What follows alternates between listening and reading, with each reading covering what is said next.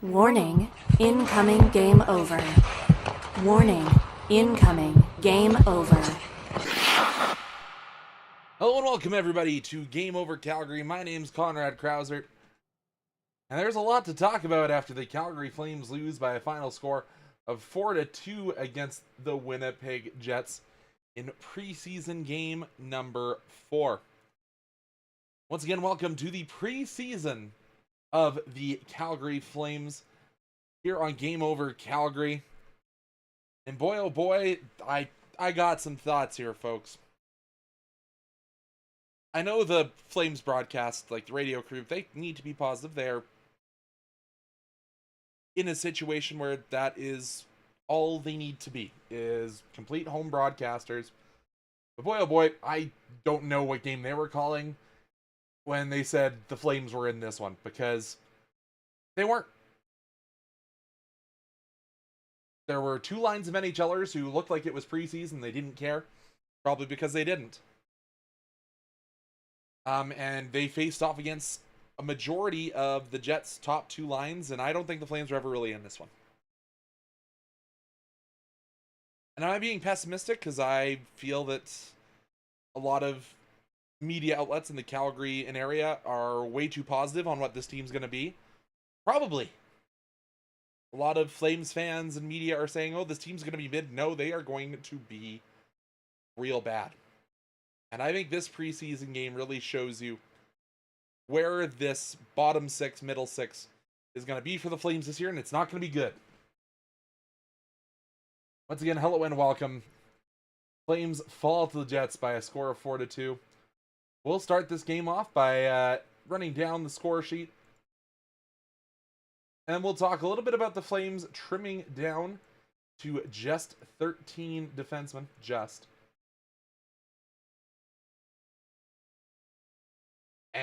Or 13 defensemen, 21 forwards, and 4 goaltenders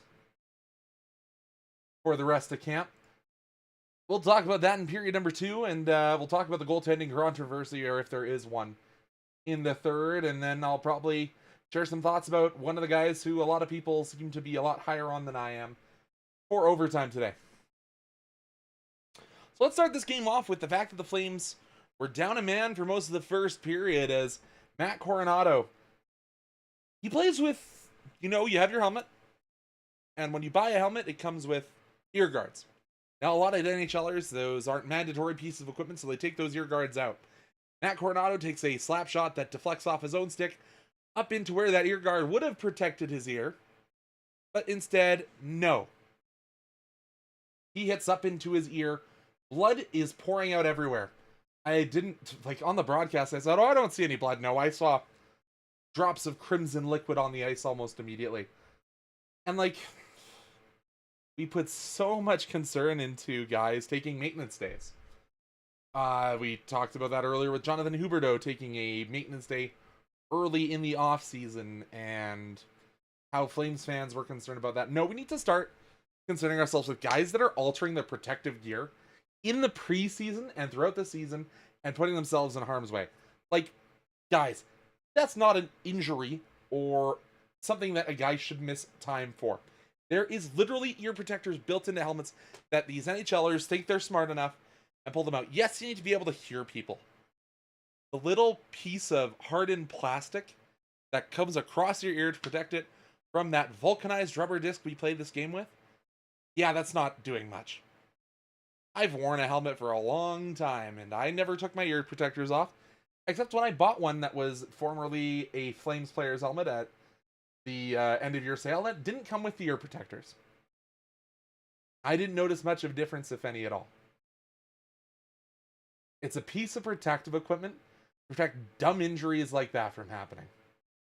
You missed 16 minutes, 17 minutes of a game because you decided you know better than guys who are designing protective equipment. And it happened in minute 2 of the game. But anyways, back to the score sheet. Walker Duehr gets on the scoreboard, and that's not for the Calgary Flames as he's in camp after signing a deal with the Winnipeg Jets. It bounces in off a Flames defender on the play. And it's after kind of saw Braden Pahal get caught in, doesn't pinch back as much as he should. Bounces off Cooley off Pahal and back into the net. Not much you can do there if you're Devin Cooley, who had all 57 minutes of gameplay, I'll call it, for the Calgary Flames in this one. And we'll talk about how I don't love how the Flames have handled their goaltending in the preseason as well. Yeah, just on the play, you saw a combination of Pahal and Yan Kuznetsov, and you saw Yan Kuznetsov take his man in the corner, actually dumped Dewar pretty heavily into the boards, but just had that one bounce unluckily off of Kuznetsov, off some poor rebound control, off a guy who has me really, really wanting to do better than he has shown. But who knows, maybe the numbers that Cooley had in San Jose are the real numbers, and he's not actually better than those numbers would suggest. But I digress. 1-0 Jets. Then the Flames, you see once again, it's Pahal and Kuznetsov. Pahal doesn't get off the post to follow Chibrikov, and he takes the easy pass in after the Flames fail to clear the zone. Tell me if you've heard that story a million times before. Shot initially gets blocked off the shin pad of Kirkland, but that third defensive pairing, not where you'd want it to be. And Yan Kuznetsov, I think, has been one of the guys that I really wanted to see take a step forward this season. And in these first period, it didn't look like that. And I actually thought Braden Pahal was the best of the seventh defenseman for the Flames a lot of last year, and we praised him as such, but definitely didn't show it in this game. Maybe that's a little bit of rest coming from the summer. Who knows? Then the Flames' bright spot for a lot of people, Zane Parekh. He scores a power play goal as he kind of just waits and then gets the pass off of a Rory Cairns almost pick play, and then finds a spot in the middle of the ice, finds a way through the collapsed box for the Winnipeg Jets. I apologize if you guys just heard that. No, I have my desktop audio turned off today. Just forgot to close the program that sent me a notification. Preseason, everybody. Yeah, assist to Frost and Cairns on the Parekh power play goal, and, you know, Parekh giveth. But on the next goal, Parekh taketh away. As you see, Zane Parekh kind of pinched in on the forecheck of a veteran for the Jets. That veteran is their defenseman, Josh Morrissey. Shout out to the Josh Morrissey, the Morrissey family. His partially owned Calgary Wild took away a win today. He chips it around the young defender, and it's a 2-on-0 on a not so great back check by Adam Klapka, as well as who else was the other defender on the play there? Kevin Ball. Ball was a little ahead of the play as well, as he had been down below the goal line. He kind of gets caught puck watching, and that's a play from a young man who we're all super psyched about what his offensive capabilities will be, but his defensive game just isn't there at this level. I so wish that the CHL and the NHL had come to an agreement for this year to allow 19-year-olds and 20-year-olds to elect to choose where they go. Because if he could go to the AHL, I think it's a no-brainer decision. He's sent down, let his game mature. But we can't. He has to go back to the Ontario Junior League. He is not going to learn anything playing in the OJ. So your options are keep him with the Flames, where he's going to get burned by plays like this on the regular. I don't know if he's going to develop there either. I'm probably going to get flamed by somebody on Reddit for saying that if they see this clip. But boy, oh boy, as I say, Parekh giveth, Parekh taketh away. And it wasn't the only time we were going to say that today. Jets get a power play midway through the second. I believe it was the Pahal roughing call against Scheifele that led to this No, I'm looking at the third. It was the Pospisil hooking call. And oh my god, Martin Pospisil, today was not your day, sir. He had a 3-penalty night, and the Jets capitalized here on that power play. Just worked the puck around, and oh boy, Yan Kuznetsov and Braden Pahal. Just, you saw Pahal come way too far out, allowed the Jets to get their low zone cycle, and Pionk just fires a laser from the point. Again, don't think there's much you're going to blame on Cooley there. You're a man down.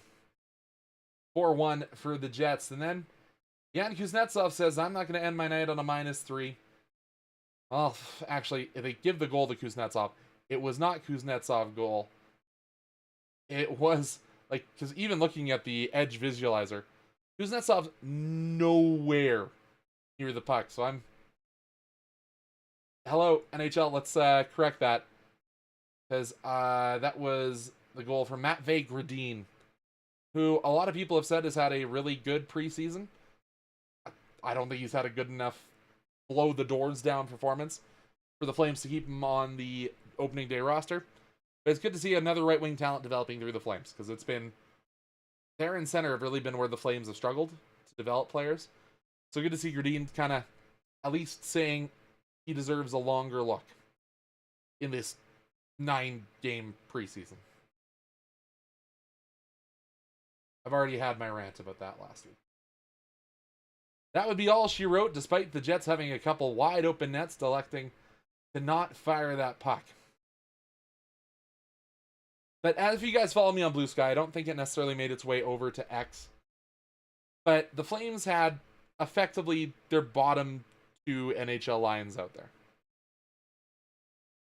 with the addition of Coronado and Zari. But then you look over at the Jets roster, and obviously, you're at home, you're going to load up your projected lines.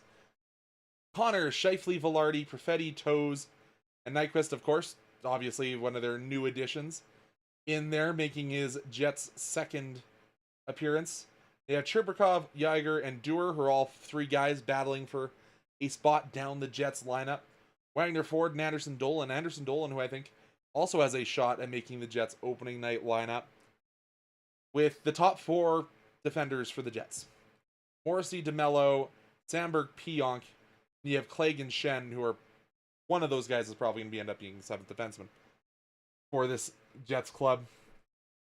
Then running it down, Clark Bishop, going to be in the AHL. Matt Coronado, day 1 NHLer, no debates. Morgan Frost, no debates. Matvei Gradin, as I said, working real hard to try and earn his way into this opening night roster. Sam Honzek, been good, hasn't blown the door off. Going to get another year of seasoning in the AHL. Dryden Hunt, who a lot of people are saying we don't want to throw on waivers. He may have to end up there anyways, if my brain says he needs to clear through waivers. I had a quote about who the Flames would have needed to retain, or who needs to clear waivers, but that one has appeared to have disappeared on me. Roy Cairns, like another guy, you heard the guys over on a certain show about farm flaming say they don't really want to see go on waivers because he's a center and has been producing in the preseason. That seems like another guy that's going to get plucked by another NHL team, very likely. Justin Kirkland, arguably probably going to be the 13th forward that the Flames carry this year. Adam Klapka, his name's penned into their lineup. Ryan Lomberg, he might be someone that's looking in the press box, looking in if we truly want to play the kids this year. Martin Pospisil, as I said, rough day. As I said on X, it might be time for Marty Party in the USA if he ends up getting waived, by just signing a new contract with the Calgary Flames. Then Connor Zary, who's playing way too many preseason games for my liking. On defense, you had Kevin Ball, Nick Cechek, Artem Grishnikov, Joel Hanley, Yan Kuznetsov, Braden Pahal, and Zane Parekh. We did not see Nick Cechek dressed for this game. He was rostered by the Flames. Then we had Devin Cooley going the whole way, backed up by Ivan Prosvetov. You know, I plan to do them in the third period, but I think with that transition, we will do them for your second period here on Game Over Calgary. This has been kind of the story of the offseason. The Flames electing to let Dan Vladar, I've got his jersey, walk again in the off season. Apologies, I got my extra chair sitting back here. I don't know why I didn't move that. Dan Vladar walking in the off season, and so you bring in Preseason, who you like his numbers over in Russia.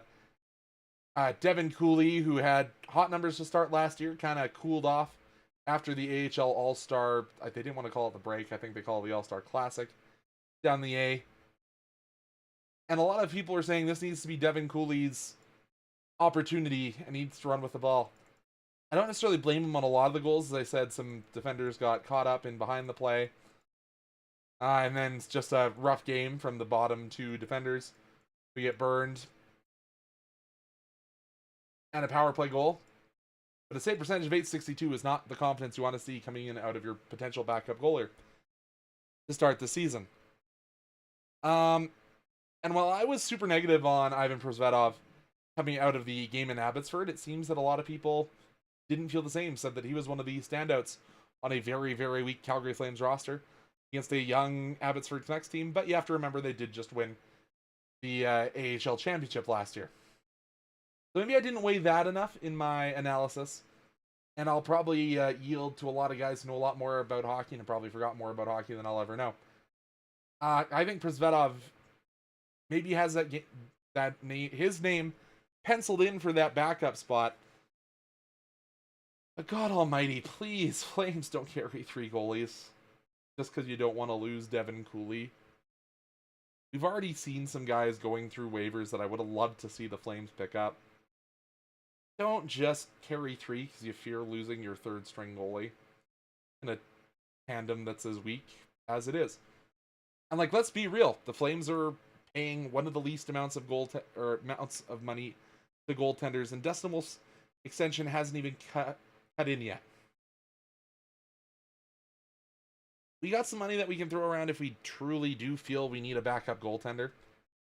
As long as we aren't signing PTOs to guys that don't believe trans people exist and have said some very questionable things like the Toronto Maple Leafs, I'm going to be pretty fine with our backup goaltending situation.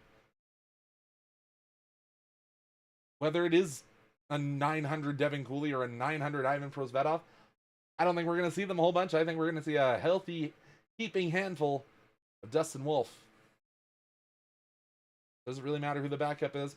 Really matter who wins. I just don't want us carrying through goaltenders because I think that is an easy way to fail. Speaking of easy ways to fail, the Flames cannot carry 8 defensemen. Derek Wills mentioned that 2 or 3 times on the broadcast today that the Flames, they got a lot of guys that could be NHL defensemen. Yeah, cool. Let's not carry 8 D-man. We saw how that went last year with Tyson Barrie sitting and eating popcorn every single game. No, we carry 7 defensemen. Craig Conrad needs to be firm on that. And if we aren't playing the young guys, if it's not going to be Bruce Stevich or Perek playing every game, what are we doing here? I understand there's only one spot in that bottom pairing for one of Perek or Bruce Stevich. I'd rather have those guys be our 7th defenseman and then send a guy like Joel Hanley, Jake Bean. Tell them, we understand this isn't where you want to be in your careers, but boys, we have an NHL team's future to think about. Maybe it doesn't affect us this season, but we need to consider what this Flames team is going to be moving forward. Because, let's be real, if Joel Hanley is your solution to stapling next to Mackenzie Weegar, we've got so many problems, fans. Oh, but he was plus 11 last year. Cool. How'd that season end up for you? Most points by a team that's missed the playoffs in NHL history. Still missed. It'd be one thing if you had made the playoffs and Joel Hanley had been the reason you make it through round 1. But if we're keeping him around because his plus minus is good, one of the most flawed stats that the NHL still keeps track of.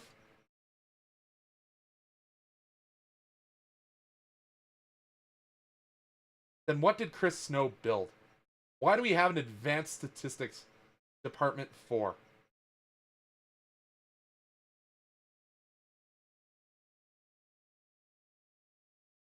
Plain and simple. Not good enough.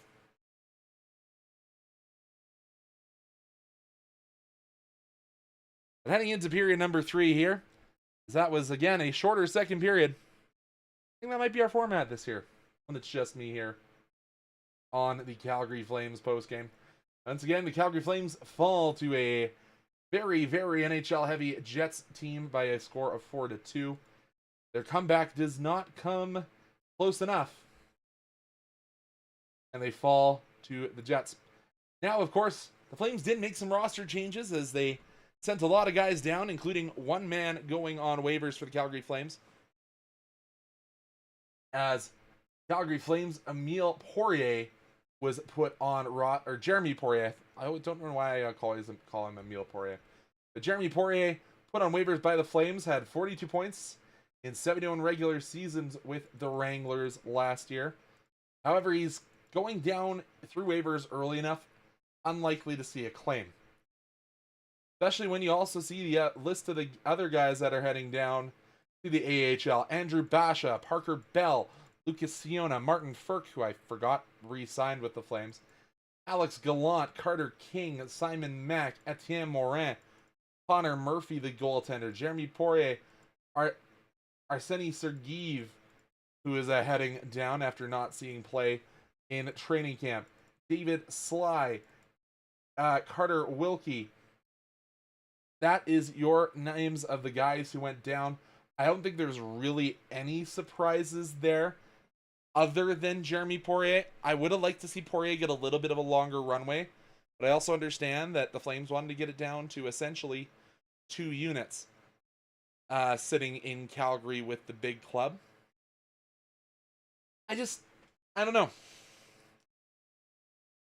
He seems to be kind of one of these guys that, as some people call them, are those Quadra A guys. Guys that are too good for the AHL, but just kind of sit in that not good enough to be an NHLer yet. And as I've made mention, there is a log jam in the big league squad that a lot of these guys are going to struggle to break through just because it seems like Craig Conroy wants to carry around 9 D-men who are replacement level or worse. I think Poirier will have a great year in the AHL. That is, as I said, as long as he clears waivers.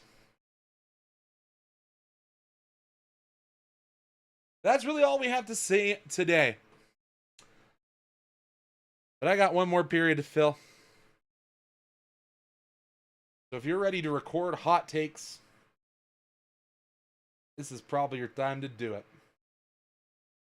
So I'm going to talk about a man who Flames fans are salivating to see in the NHL, but I think just isn't ready. Zane Parekh. Yes, he was one of the Flames' 2 goal scorers today, and has been headmanning Power Play 1 throughout training camp, but is a liability on that 3rd unit. He was paired up today to start the game with one of the Flames who is one of the most defensively reliable in Kevin Ball. A man whose stick is 7 miles long. Matches jersey number. But he could not have his defensive vulnerabilities covered by number 7. And he heard on the broadcast, Megan Mickelson made mention of it, that Zane Parekh just thinks the game so fast that his teammates around him can't keep up. Yeah, and maybe that's just because the Flames are running a lot of Wranglers out there still right now. So they don't have the way of thinking that, oh, Zane Parekh is an offensive defenseman. He's going to go for a ride with this, but I'm the center. I'm the F1 on this play. I need to be the guy tracking back. I love Justin Kirkland.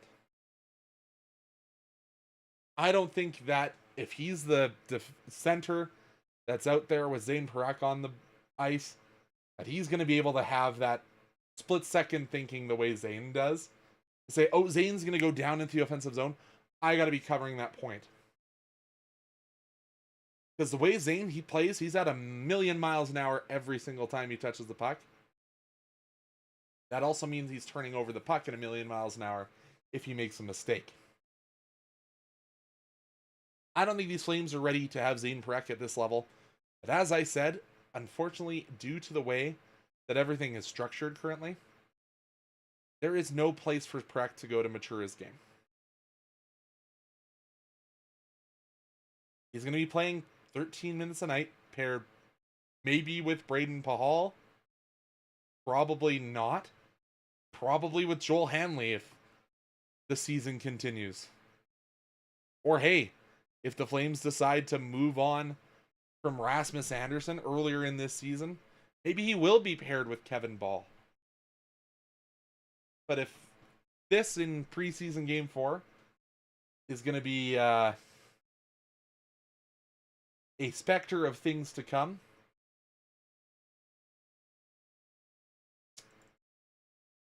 I'm not looking forward to how this season is going to go on the positivity perspective.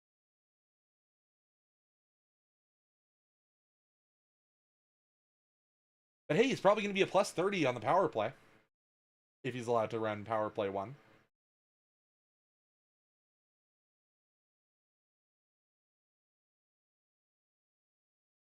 Is that going to allow for him to develop his defensive game? As I mentioned, playing 12 minutes a night, or hey, if we do make some trades, playing 17 minutes a night, stapled to a guy that's a defensive specialist. Maybe that allows him to say, oh, my team's getting burned every time I'm on the ice. But this Flames roster, we don't have a player that allowed for the early Dion Phaneuf. Because you know who we paired early Dion Phaneuf, who was a very similar, I have a lot of offense and can lay a really big hit, similar to Zane Parekh? We had Robin Regehr to pair number 3 with. We do not have that for 89 or 19 or whatever number Zane Parech's going to wear. Kevin Ball's good defensively. He's not a defensive stalwart the way Robin Regehr was. There's not many guys in the NHL that are built like Reggie was, just because the game's changed. That's the kind of guy you need.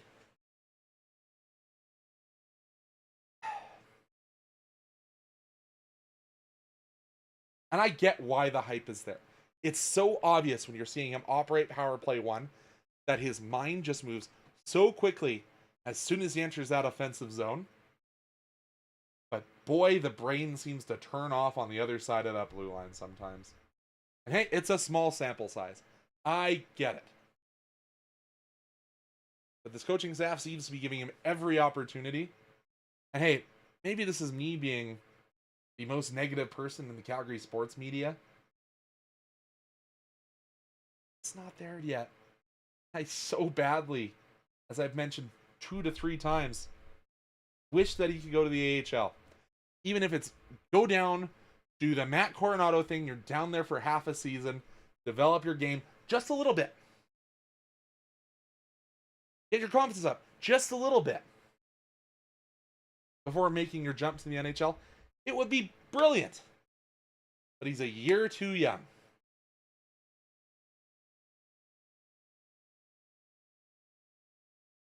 That's really all I got for today's game 32. Well, let's call it 29 minutes. 3-minute introduction. And remember, next year, we've only got 4 preseason games. So we'd be done our preseason, be getting ready for game 1. If this was the 26-27 season. Still got 4 preseason games left here for your Calgary Flames.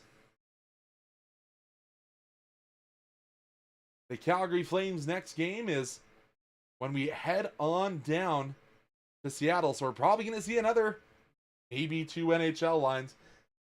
Hey, maybe we see one of Kadri or Huberdeau when we head down to Seattle. That game will be on Monday. It is a late puck drop, 8 o'clock Mountain Time. But I know I'll be here. I think Anand said he'll try and be here for the 29th. We will have to see. Then, of course, the Flames close out the preseason on October 1st when the Vancouver Canucks come to town. I'm not sure if we're going to have a stream for that day. We will play that by ear. Maybe Anand will host a solo show. We'll see. I gotta help a friend move. And then Friday the 3rd, we'll see the very same Jets in what will likely be a full Calgary Flames game day lineup. Friday the 3rd, your final preseason game for the NHL season starts in full October 8th. Flames opening their season up in the city we call Edmonton. Thank you so much. Tune in to any of our stations. So I know we are starting to get some weekly updates coming out of Game Over Ottawa. They're not going to do post games like us. They're just going to do a weekly update. And I know Montreal will be coming back soon. So for all of us across the Game Over Network, thank you so much. We'll be back on Monday.